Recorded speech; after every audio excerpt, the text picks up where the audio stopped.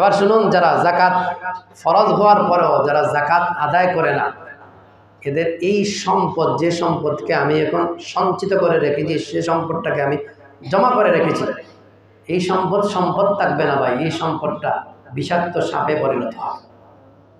আল্লাহ তাআলা হাদিসে রাসূল কারীম বলেন, মান আতাহুল্লাহু মালান ফালাম ইউআদ্দি যাকাতাহু। আল্লাহ তাআলা যাকে সম্পদ দান করেছেন কিন্তু সে সম্পদ থেকে যাকাত আদায় করেন, মুসিলা লাহু ইয়াউমাল কিয়ামাতি শুজাআন আকরা। আল্লাহ তাআলা তার এই সম্পদ, যে সোনা রূপা, যে টাকা পয়সা, যে ব্যবসায়িক পণ্য, এগুলাকে আল্লাহ তাআলা একটা বিষাক্ত সাপে পরিণত করবেন। সাপ নয়, এটা আপনার মাল। কেমন সাপটা? বলে আকরা, টেকো হয়ে গেছে, মানে মাথায় টাক পড়ে গেছে তার। কেন?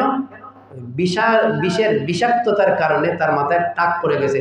যেভাবে দেখবেন আমাদের দেশের কিছু বুদ্ধিজীবীরা আছে, বুদ্ধি করতে করতে করতে মাথায় টাক পড়ে গেছে, এত বুদ্ধি তাদের, দেখবেন টাক পড়ে গেছে।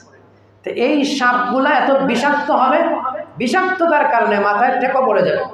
লাহু জবিবাতান, সাপের চোখের কাছে দুইটা কালো চিহ্ন থাকবে, ভয়ঙ্কর কালো চিহ্ন থাকবে।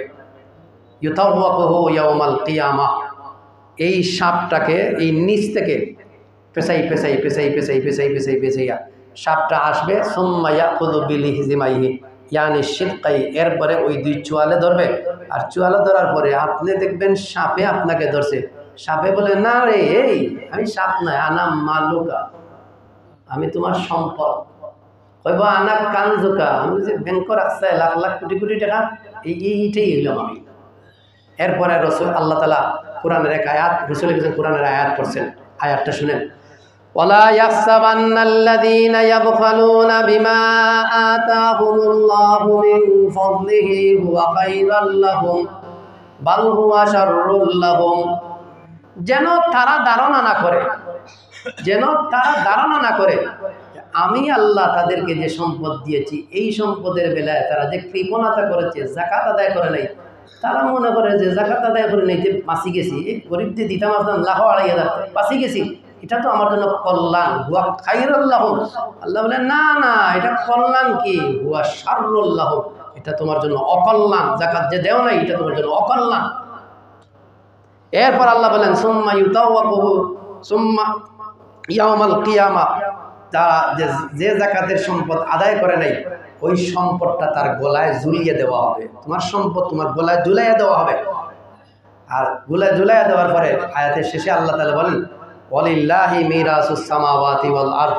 শুনো, এই আসমান জমিনের সত্ত্বাধিকারী তুমি নয়, আসমান জমিনের সত্ত্বাধিকারী হলেন আল্লাহ। আল্লাহ আমাকে আপনাকে যে সম্পদ দিয়েছেন ভুক্ত হওয়ার জন্য, এই সব সম্পদের মালিক হলেন আল্লাহ। আমরা মিরাজ তো বুঝি যে বাপ মরলে ছেলে মিরাজের মালিক হয়। আল্লাহ বলেন, মরে দেখো না, সম্পদগুলো তোমার নয়, সব আসমান জমিনের সম্পদের মালিক আমি আল্লাহ।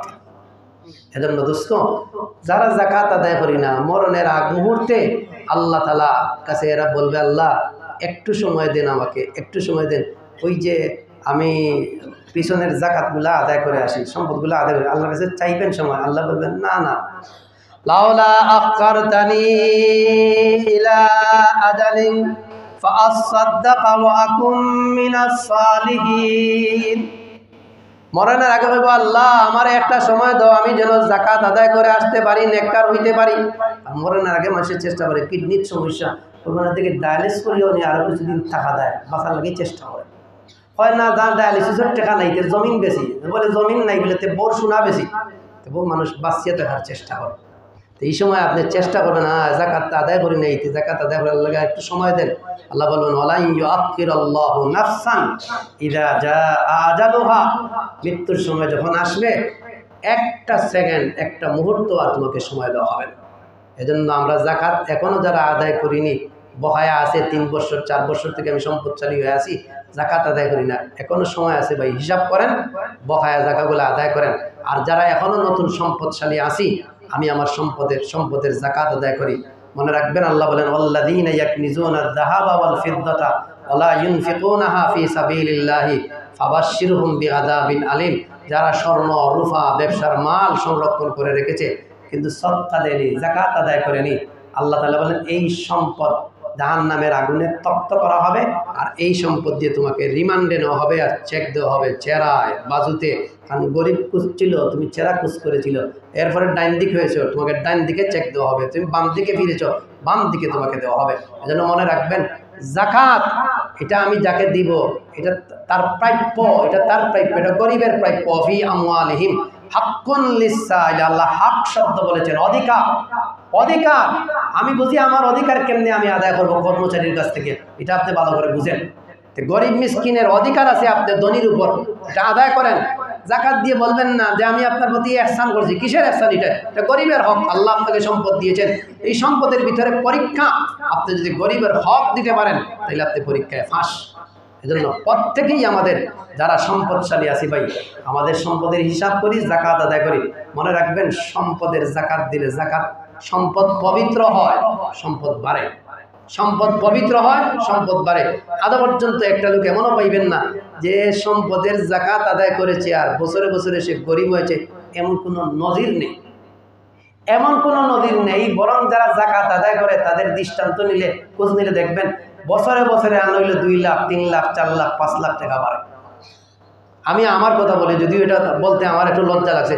আমি আজ থেকে মানে 2002 সাল থেকে বা 3 সাল থেকে জাকাত দিই, এই পর্যন্ত আমার হিসাব আছে। আলহামদুলিল্লাহ, কোনোদিনও কোনো বছর কমে না, বরং বাড়ে বাড়ে বাড়ে। একসময় 10,000 টাকা জাকাত দিয়েছে, হিসাব করলে দেখা যায় 50,000 টাকা 60,000 টাকা জাকাত চলে আসে। তো আল্লাহ তাআলা তো সম্পদশালী করেছে। এজন্য আমরা পাই পাই করে হিসাব করবো। আবার মনে রাখবেন, লামসাম জাকাত দিলে হবে না, বলে এই লামসাম বেহিসাবে একটা জাকাত দিলেন, বেহিসাবে জাকাতের হিসাবটা পাই পাই করে আপনাকে হিসাব করতে হবে। প্রয়োজনে যদি দোকান 2 দিন বন্ধ করা লাগে, বন্ধ করেন, কবরের আযাব থেকে বাঁচার জন্য। দোকান বন্ধ করেন, পাই পাই করে হিসাব করেন, এরপরে জাকাত দেন। লামসাম বলে আমার 5 লাখ টাকা আছে, দিলেই 5 লাখ টাকা, লামসামে কোনো জাকাত দিতে হবে না। পাই পাই করে হিসাব করতে হবে। এটা সহজ আছে, পাই পাই করে হিসাব করা সহজ। ব্যাংকে লাখ লাখ কোটি কোটি টাকা হিসাব রাখতে পারে, কেমনে? এবার 5 পয়সা আছে, এটাও হিসাব রাখতে পারে। আল্লাহ মানুষকে মেধা দিয়েছেন। এজন্য প্রত্যেকেই আসি, আমি আমার জাকাত থেকে আমার সম্পদের জাকাতের হিসাব করি, জাকাত দেই। দেখবেন বছরে বছরে আপনার সম্পদ বাড়বে, আর ওই সম্পদ কিয়ামতের দিন জাহান্নামে যাওয়ার উসিলা হবে না। এজন্য আল্লাহ তাআলা আমাদের সম্পদকে পবিত্র করার তৌফিক দান করুন। জাকাত দিয়ে গরিবের হক আদায় করার তৌফিক দান করুন। আল্লাহ বলেন, হাক্কুল লিসসাইলি, যে চায় তারও অধিকার আছে আপনার সম্পদে, আর যে চায় না, বঞ্চিত। অর্থাৎ কিছু লোক এমন আছে রে ভাই, লজ্জা আত্মমর্যাদার কারণে আপনার কাছে চাইবে না, কিন্তু তার দরকার আছে। এমন লোক আছে, চাইবে না আপনার কাছে, হাত পাতবে না, তার আত্মমর্যাদার কারণে, কিন্তু তার দরকার আছে, অভাবী সে। এমন লোক খুঁজে খুঁজে আপনি তাদেরকে জাকাত দিন, এখানে ডবল সওয়াব হবে। এই কথাটা আল্লাহ বলেছেন, বল মাহরুম। আল্লাহ তাআলা আমাদের সবাইকে ইসলামের গুরুত্বপূর্ণ বিধান জাকাত, এই জাকাতটা আমাদেরকে আদায় করার তৌফিক দান করে। সবাই বলুন আমিন। শেষে আরেকটা কথা বলছি, অনেকেই জিজ্ঞেস করে, হুজুর টাকা রাখা ছিল ব্যাংকে, মুনাফা আসছে 10,000 না 20,000 না 30,000, তো এই টাকাটা মসজিদের টাঙ্কিতে লাগাই দিই। অনেকে বলে আবার, হুজুর এটা মসজিদের মুনাফা আসছে, মসজিদের মুনাফাটা কী করবো? মসজিদের হোক আর যেভাবে হোক, ব্যক্তি মালিক মুনাফা হোক, মুনাফা যেটা এটা তো সুদ। এটা আমি রাস্তায় লাগাইয়া দেই না, ব্যাংকে আমি মসজিদের বাথরুমে লাগাইয়া দেই না, এটা কখনো ঠিক নয়। যেটা মুনাফা আসে এটা সুদ, এটা হারাম, এটা খবিস। হাদিসের ভাষায়, কোরআনের ভাষায় এটা খাবিস, এটা নাপাক সম্পদ, সুদ, ইন্টারেস্ট। এটার মালিক কে? গরিব মিসকিন। মনে রাখবেন, যত সুদ আসে, ইন্টারেস্ট আসে, এটার মালিক হইল গরিব মিসকিন। তাও আপনি গরিব মিসকিনকে দিবেন সওয়াবের নিয়ত ছাড়া। কারণ কি দিয়া সওয়াব করবেন? খবিস মাল দিয়ে আবার সওয়াবের নিয়ত করা যায় না, নাপাক মাল দিয়া সওয়াবের নিয়ত করা যায় না। এজন্য ইন্টারেস্টের টাকা, মুনাফার টাকা, ব্যাংকের মুনাফার টাকা দিবেন গরিব মিসকিন, মালিক গরিব মিসকিন, সওয়াবের নিয়ত ছাড়া। ফতোয়ার কিতাবে এমন কঠিন কথা লেখা আছে, কেউ যদি এগুলা দিয়ে সওয়াবের নিয়ত করে, তার ঈমান যাওয়ার আশঙ্কা আছে, তার ঈমান যাওয়ার আশঙ্কা আছে। এখানে ঈমান খেলনার কোনো বিষয় না ভাই, ঈমান বহু দামির বিষয়। এজন্য সুদের টাকা দিয়া গরিব মিসকিনদের ihsan না করি, আর এখানে সওয়াবের নিয়ত না করি, গরিব মিসকিনদের দিয়ে দেই সওয়াবের নিয়ত ছাড়া। এখন যদি কেউ মসজিদের বাথরুমে লাগায়, গরিব মিসকিনের হোক মসজিদের বাথরুমে লাগাইলো, আমি ধনী ব্যক্তি গিয়েও মসজিদের বাথরুম ব্যবহার করলাম, তো ধনীটাও ব্যবহার করলাম, আমার জন্য কেমনে যাইছি বুঝছে?